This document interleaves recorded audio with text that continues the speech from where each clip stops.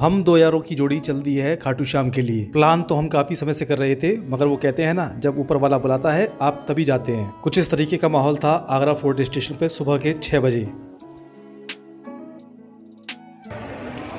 तो Agra fort railway station पे खड़े हैं हम लोग और हम जा रहे हैं खाटू श्याम।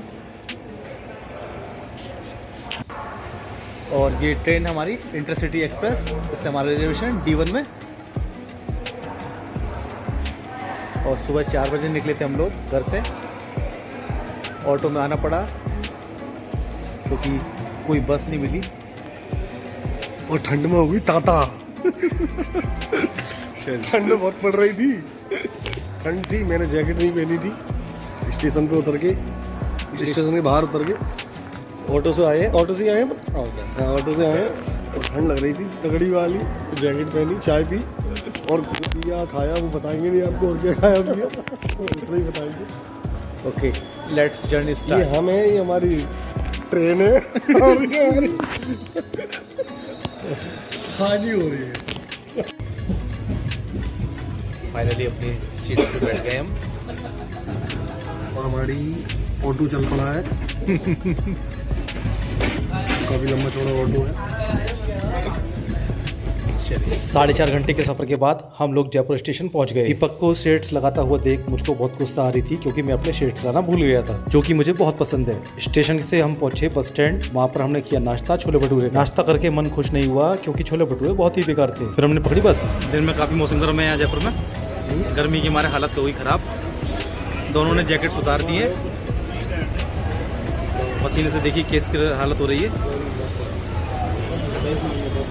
अभी हम लोग बैठ गए हैं बस में सिंधी कैंप से खाटू श्याम जी के लिए, मगर बस वाले ने दिया हमें धोखा और उतार दिया हमको रिंगस पे। फिर रिंगस पे उतर के हम दोनों ने कोल्ड ड्रिंक का लुत्फ लिया। कोल्ड ड्रिंक के बाद थोड़ा हुआ रिलैक्स और हम चल दिए ई रिक्शा से खाटू श्याम के लिए। ई रिक्शा से सफर हुआ थोड़ा लंबा, मगर सफर बहुत अच्छा था। मुख्य द्वार पर ही लोग वह आनंद ले रहे थे ढोल के साथ। भक्ति विभोर इस नृत्य को देखकर बड़ा ही आनंद आ रहा था।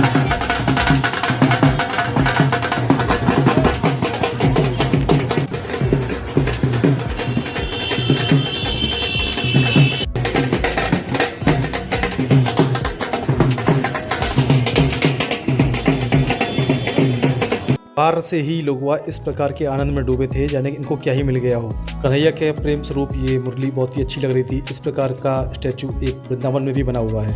भक्ति के इस माहौल को देखकर बड़ा ही आनंद मिल रहा था। और हम लोग चलते चलते जाकर पहुंचे दीप मिष्ठान भंडार पर, जहां से हमने लिया प्रसाद। दीप मिष्ठान भंडार, यहाँ से हम लोग ले रहे हैं पेड़े।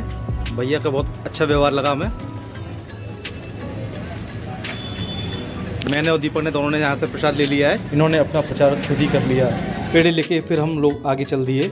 अपने प्रचार से काफ़ी खुश हुए भाई साहब। फिर हम आगे की ओर चल दिए और आगे पहुंचकर हमने खरीदा एक गुलाब का फूल। दरअसल खाटू श्याम पर इस प्रकार का ही पूरा गुलाब का फूल बड़ा सा मिलता है, जिसको आप डंडी तोड़कर वहां पर स्वयं ही चढ़ा सकते हैं। तो फाइनली जब हम पहुंचे द्वार के बाहर, तो देखा बहुत ही ज्यादा भीड़ थी वहां पर। ये भीड़ इसलिए थी क्योंकि अभी 4 बजे नहीं थे, पट थे बंद। मंदिर के पट अभी खुले नहीं थे, तो हम लोग यहाँ श्री श्याम कुंड पर आ गए हैं। कुछ देर है अभी मंदिर के पट खुलने में।